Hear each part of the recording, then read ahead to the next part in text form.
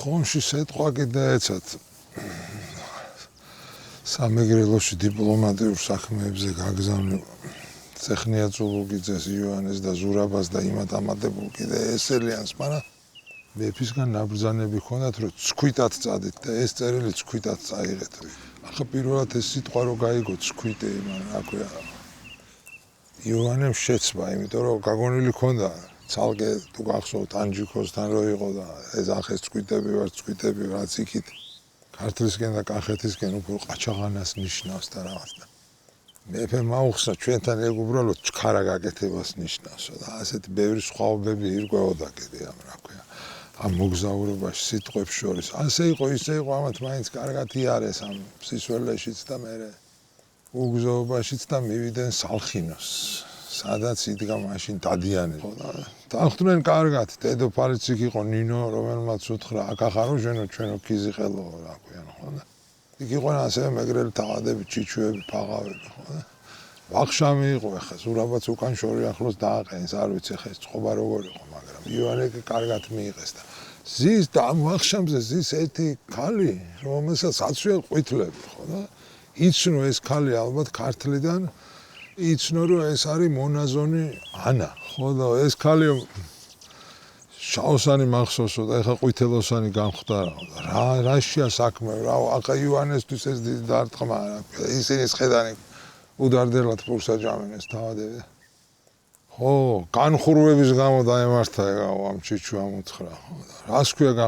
რას ქვია და გაიტაცაო ერთმა კაცმა და საერთოდ გაიტაცა ამ ცხოვრებამ რა ქვია და დედოფალმა ნინომ რომ შეატყო მაგასო სოფლის კერძობაო თქვაო რომ გაიხადოს მაგან კაბაო და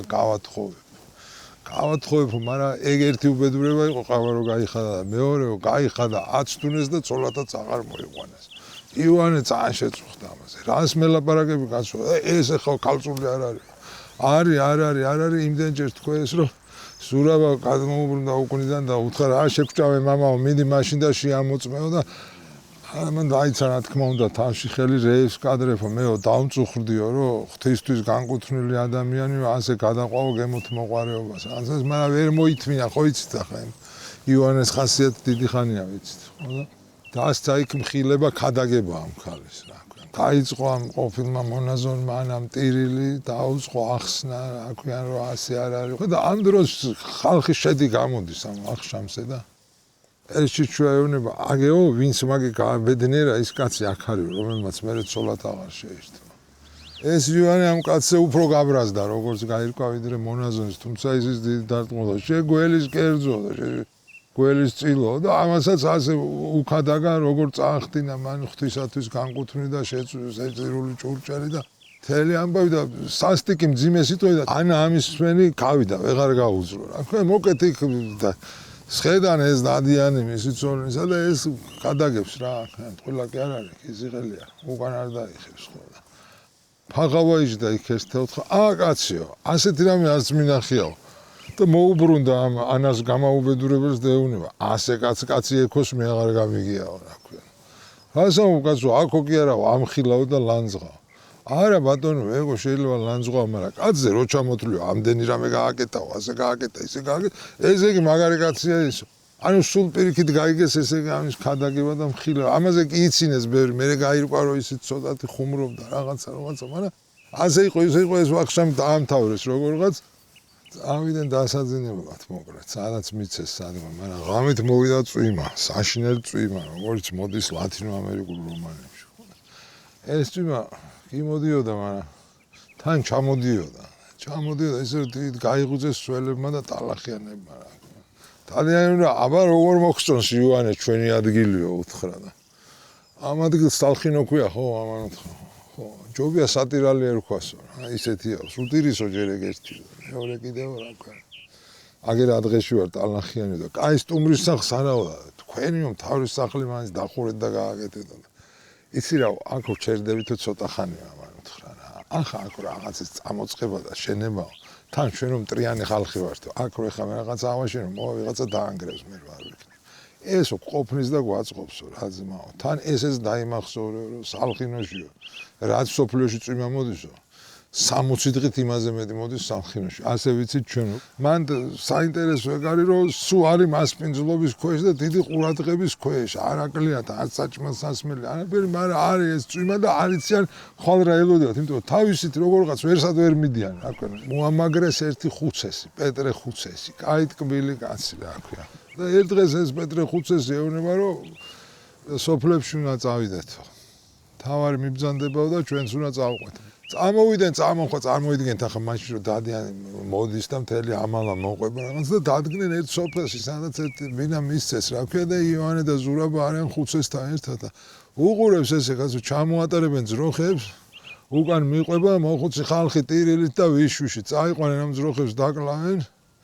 მერე აკეთებენ რა ქვია იმას რა ქვია საჭმელს ამათ აჭმე გადასარევად აჭმენ ყოველ დღე აი ეს სხვა ძროხად ხა მოდის კათამი ყველაფერი რა ქვია კლან კაცო ეს ძროხები ვისია ამან კითხა ივანე რამეს უხდე როგორ არ უხდიანო აი რო გაატყავებენო ტყავს აძლევენო უკან კი მაგრამ სხვარიც და ესაო ხორციც და ტყავიც მაგათიაო და მარტო ტყავს ხო და მაგიტომაც ტირიანო ამან ხუცეს მოუთხა ასეთია ჩვენი წესიო საერთოდ ეს არის დასავლეთ საქართველოში გავრცელებული ამბავი რომ როცა მთავარი ან თავად მოგზაურობს რა ეს შემორჩა აგერ სტალინის დრომდე რა ქვია მოგზაურობს და სადაც მასპინძლობა ევალებათ ხმებს რა ქვია ის გაჩერდება იქ ორი კვირა მეტი არა მაგრამ იქ ყველაფერი ეხება იმ სოფელს ასე რომ თქვა რა ქვია ხო რა დააშავა ამ ხალხმა ივანებს არაფერი არ დააშავა მასპინძლობა ასეთი არის აქ მაგრამ აქედან ახლა ავიყრებითო და წავალთ სხვაგანო რა ქვია სადაც და ასევე სტუმრიანობა იქნება და ასე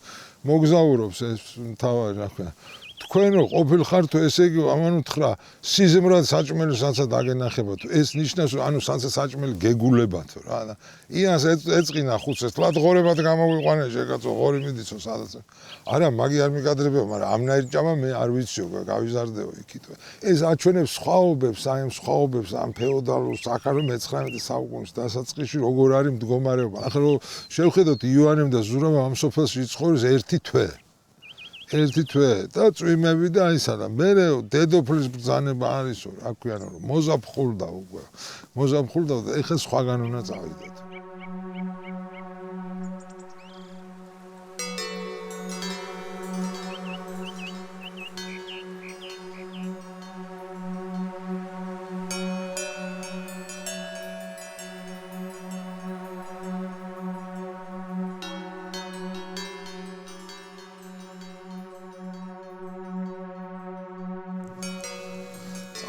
წამომყევიო დედოფალმა ასე ხო არ გადაუხვალ სიტყვას მაგრამ წამოვიდნენ სალხინოდან მოვიდნენ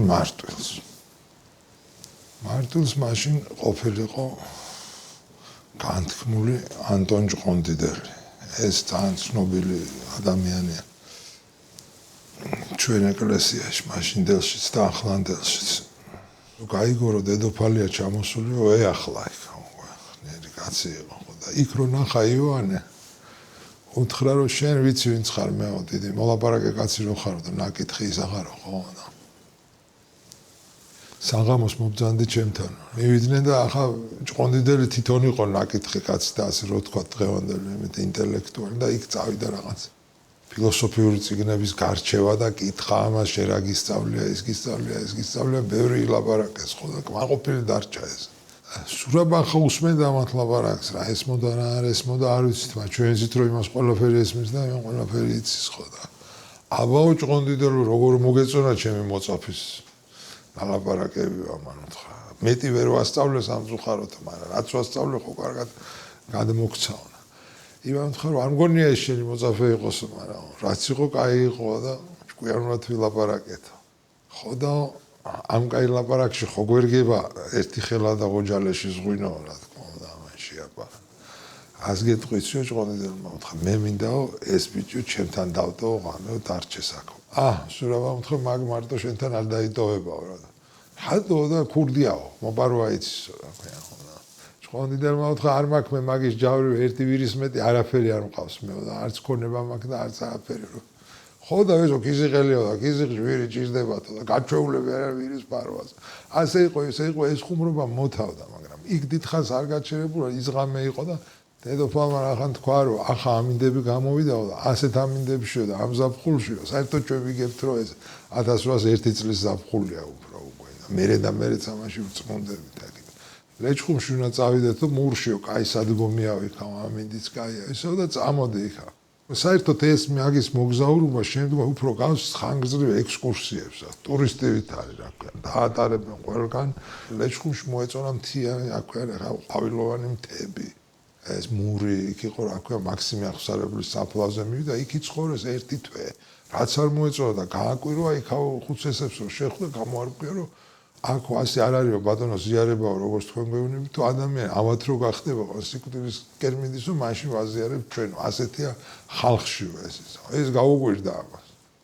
კი მაგრამ ასე როგორ გამოვა წესიერი კაცი რომ არ მოუხერხდესო წელიწადში ერთხელ ხო უნდა ეზიაროსო და რა ვქნაო ბატონო ჩვენო რომ ვეტყვითო კაცო რომ ეზიარეო აღზარება თქვი და ეზიარეო მეუბნება კი არ ყვდები შეკაცო რა ვეჩქარებო რო არ მიყვეთ ამ ამბავს თელ დასავლეთ საქართველოში მაგან იარა რამდენიც შეეძლო ზოგან თავისნებით ზოგან ასე წაყოლით ახლა ამდენი ხარ ორი თვე ამ დედოფალთან გაატარა ხო ეს ამხოლია და მე თხოვა რომ მეც მოვივლი ცოტას იქით აქეთ და იყო ასევე რაჭაში საცა ქვიან იქ ნახა რაჭის ერისთავების ოჯახი გადასარე იქ იყო გალობა იმერულ წესზე რომ ეს მაშინ ძალიან უსწრებდა და შთამბეჭდავი იყო ჩვენ როგორც სწავლობდითო ქართლში და თელავშიო იმას არ აგავსო ბევრად სრულყოფილი ასე და იქ ნახა ერთი ბრმა ამ ერისთავების ოჯახიდან მდივანბეგი მეთოდე რომელიც ძალიან ისეთი კაცი იყო თვითონ კარგად გალობდა ეს როგორც არის შთამბეჭდავი და მოახდინა ივანეზე გამოკითხა ბევრი ამბავი და უთხრა ნუღელაო რა გონებით ცქერა ჯობიაო თვალით ცქერას ვეზო ხო ვიცით ჩვენ ხო და მეთოდამ უთხრა წესით ორივე უნდა იყოს შვილო ასე არ არის იმით ჯობია თვალით საჭიროა და გონებაც ხო და ასეთ რაღაცა უფრო თბილ და მსუბუქ გარემოებში ხო საერთოდ უცნაური რა არის ეს მთელი ცხოვრება კი ეს მოგზაურობა და კალმასობა რაცა გამოვლილი ქართკახეთში რომელიც მოწონს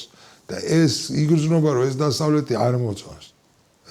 რაღაცნაირად უკმაყოფილო აქ არ მოწონს რაღაც წყობა და ურთიერთობები რომელიც მისთვის წესით მსუბუქია იმიტომ რომ სადაც ხმა მოიღო ყველგან თავის ასე ვთქვათ მშობლიური მეებში ადგილებში და მისთვის ნაცნობ ადგილებში ცემენ ურტყამენ წერსაგლეჯენ სიმართლეს აქ ყველაფერს ამბობს და ეუბნებიან კი ბატონო შენი ჯირიმე აზმევენ ასმე მაინც არის რაღაცა აქვს უკმაყოფილება ერთი ეს არის რომ თავის ნებაზე არ არის აშკარად ეს არის მეორე ის არის რომ არ მოწონს წყობა როგორთაც ესენი ცხოვრება ანუ რა ვთქვა სისტემა რომელთაც აქ ადამიანები ურთიერთობებენ და აი ეს პოლიტიკა როგორც მიდის რა ქვია ამ რაჭიდან წამოვიდნენ მე რა ქვია კიდე იარეს მოვიდნენ მოხდე ვარციხეში და ეს არის რა ქვია აუცილებლად გასაჩერებელი ამბავი ვარციხეში ნახე ზურაბწერეთელი ვინც არის სახა ვინც არის იმ დროს იმერეთში და 30-40 წელიწადი ზურაბწერეთელი იმან იმერეთი არის ეს არის საფუხუცესი ძველი კაცი საწერეთლოს წინამძღოლი ამდენი წელიწადი რა ქვია აი რო გითხრათ ახლა პატარაა ქვეყანა და საწერეთლოც პატარაა, მაგრამ ეს არის რომელი დიქტატორი ჩამოთვალოთ სოფლიოში, იმაზე 100 ჯერ ჭკვიანი კაცი, 100 ჯერ ღონიერი, 100 ჯერ მოკლე, მაგრამ პატარა ქვეყანა, პატარა თავის საწერეთლო, მაგრამ სამეფო კარზე პირველი კაცია. სხვათა შორის ეს ზურაბწერეთელი იყო რუსების მომხრე თავიდან, ელჩათაც იყო იქ და რუსული იცოდა ბევრისგან განსხვავებით, იქ და რო ატყდა რუსებთან ლაპარაკი და ის რაღაც საბუთებს ათარგმნიდა და კიდე ეჭვი იყო, რომ მაგანო რაცხა კარგად არ გაგვაგებიო, მაგრამ ახლა იქ რომ მივიდა ვარციხეში ეს კარგა ესეც ის არის სხვებთან აღმოსავლეთ საქართველოს ჭუბი მოსდის ამნაირ ხალხთან და პირდაპირ ეს შედის ფაიკრობაში ხო ივან ეს დახვდა კარგად მოიკითხა გადაკოცნით ყველაფერი დასვა ელაბარაკება სადილი და მოვიდა ორი ახალგაზრდა კაცი ძალიან კარგად ჩაცმული და ლამაზი ახალგაზრდა კაცები მოვიდენო და ეს არისო ჩემი შვილიო უთხრა სიმონიო თუ არ ვცდები ეს არის ჩემი ძმისშვილი кайხოს რო შეხედა მოეწონა ხა იმერლები გაჯერილი გამრევით ხო და ნამდვილად თოღონდ ამათ სხვა სახელები უნდა ერქვათ ხა ამან შეაპარა უკვე ლანძღვა უნდა დაუწყოს იცის ვინ არის ზურაბწერეთელი წიგნის ავტორმაც და გმირმაც რა უნდა ერქვათ სემი და იაფეთი უნდა ერქვათ ასე ნოეს შვილების სახელები ანუ შენ ხარ ნოეო ანუ ნოე რო გაილეშა შემოიხია თანსაცმელი მოახდინა იქ მოუხდენელებემ გამოქვაბულში ამაზე მიანიშნებს ეგენიო შენ შიშლეობას ფარავენო ანუ ისეთი კარგები არა სენში სიშულესო სიშულე იგულისხმა მთელი ზურაბწერეთლის აი ეს ვერაგული მომხოჭელური მთელი ამბები რა ქონეს პოლიტიკა ალბათ ან სიმთვრალე იგულისხმა პირდაპირ იმართლა მე თვრალი არ ვარ რატომ მეუბნები მაგას ანუ ისიც ამ ბიბლიური იმაზე წავიდა ხო ღვინო საერთოდ არ დამილებია დღესოდა რა დამთვერია განამარტო ღვინით თვრება კაციო ივანე სხვა სიმთვრალეც არის ამან უთხრა კაცო ეგ სიმთვრალე თუ არის ვერცხლის სიმთვრალეო ამან უსმინა შენ რაღაცა სხვას მეუბნები ხო ახლა უნდა გამახსენდა ერთი ამბავი რატო ეუბნება ამას რა ქვენ არის ასეთი ჩანაწერი დარჩენილი ზურაბწერეთაზე ისეთი კაცი იყო რაძახას უნდოდაო მთელი თავის სიცოცხლე რაძახას უნდოდაო იმერლებს იმას ალაბარაკებდა და იმას აკნევინებდა ეს კაცი იყო მეორე მოგონება არის აკაკი წერეთლის ახლა აკაკი წერეთლის წინაპრები ახლოძნე ბაბუა იყო გამზადებული იმერეთის მეფედ და ასეთი მძიმე ცხოვრება ჰქონდა ხო მამამისი როსტომი იყო გაზრდილი ასე რომ ვთქვათ ობლად ის დიდა დედა აბაშიძის ქალი იყო და ერთ დღეს მოვიდა მაგათთან ეზოში ზურაბწერეთლის მოურავი ხო და ძელქვა ხა ესეთი ხია რა ქვია და კაი ნაშენი პატარა ხის სახლი გვედგა ეზოშიო და ქალბატონო უნამაბადიო და ზურაბწერეთელმა შემოგითვალაო რომ ეს ძელქვის სახლი უნდა დავშალო და ჩემ მამულში უნდა წავიღო თუ შეიძლება იქნება ეს კალი გაგიჟდა კაც ანუ აი სუსტის ჩაგორაზია რა ქვია ქალი მარტოა და იმან შეხედა ქონება ცდება იქ ხო და ამან დაუწერა წერილი ბებია მაგაკისა ანუ ზურაბწერეთელო მეფე მობრუნდებაო ჩემი ძმები მობრუნდებიანო ჩვენი დრო მოვაო და ოხრად დაგირჩება ეგ რაც აგირთმევია ყველასთვის და მე რასაც მართმევ ხელი არ მოკიდო ამას და გაატანა მოურავს და მოვიდა მეორე დღეს მოურავი მუშებით და დაიწყეს სახლის დაშლა და წერილი მოგიდა ერთ ქალბატონო და მოვდან და ეძერა აბაშიძის ქალო ჭკვიანად იყავით დღესაც ჩემი დროა გუჟინად ჩემი დრო და ხვალად ჩემი დრო იქნება ჭკვიანად იყავით თუ არა გასასახლებლების სიაში ჩაგწენ და მოსდოქსიკით გაგიშვებენ მერე მოხდა საინტერესო რაღაცა რომ ამ ზურაბწერეთელმა ჩავწერა პატარა მასტერ კლასი რა ქვია რა არის სახელმწიფო და როგორ არ უნდა იმართოს ქვეყანა და იქ რამდენიმე ასეთი პუნქტია რა ქვია რომ ახალგაზრდა კაცი არ ვი მეფეც ახალგაზრდა ყველა ახალგაზრდებია გარშევ თვითონ არის მარტო ახალგაზრდა კაცი არ შეიძლება უცხო კაცის შემოყვანა არ შეიძლება მლიქვნელები უნდა გაციო იმიტომ რომ მართავს მთელი ამბები მოკლედ ეს მოუყვა და ასე გამდა რაღაცა აჩუქა კიდევაც რა ქვია და გამოისტუმრა იქიდან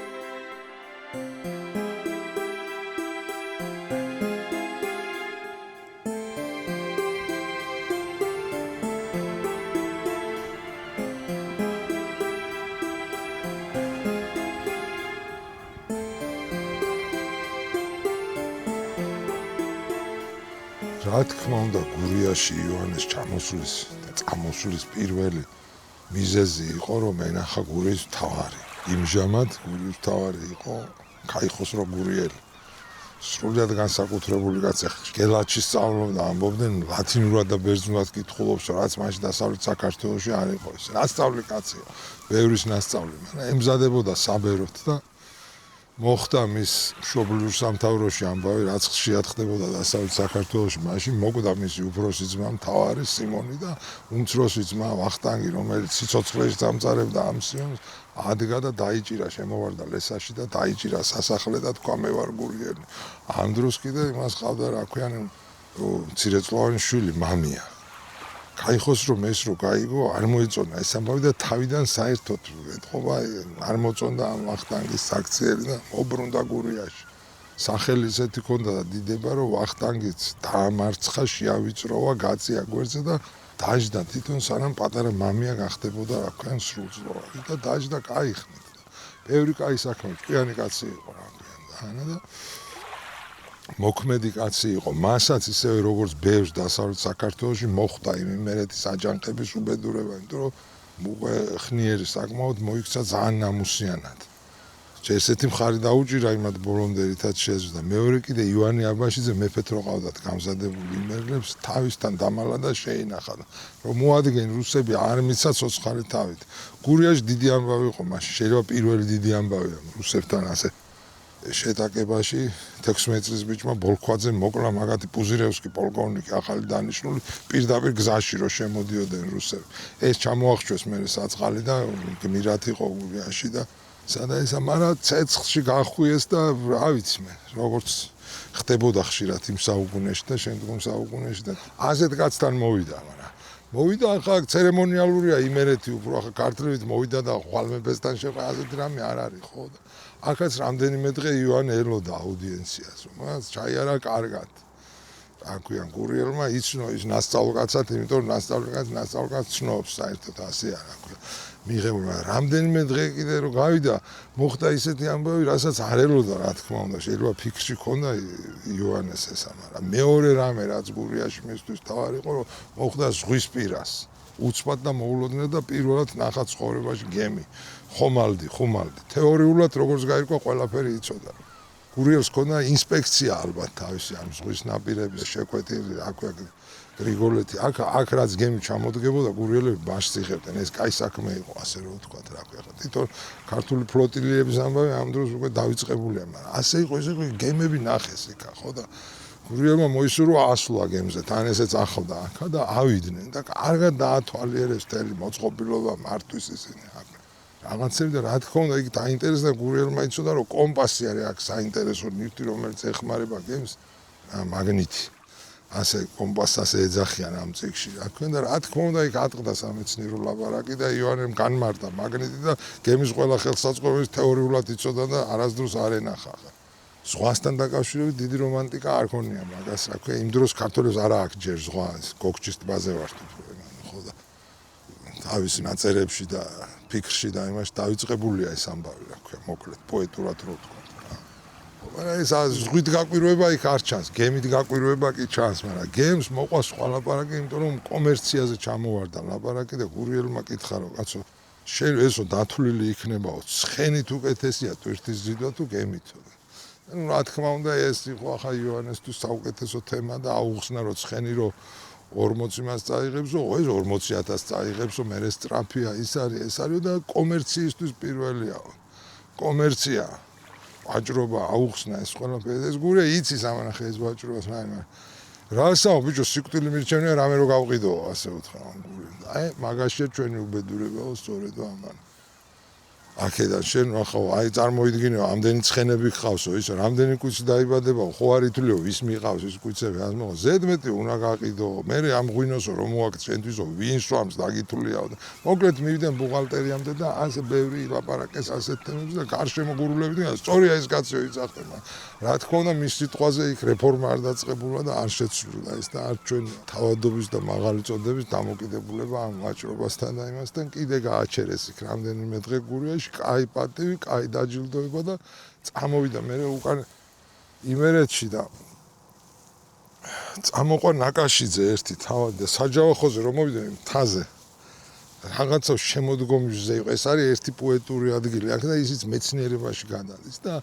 ცვარი იყო იქაო და რაღაცა შეხედეს ისე რომ ძალიან ლამაზი იყო რომ ბილმამზე მიცისო ასე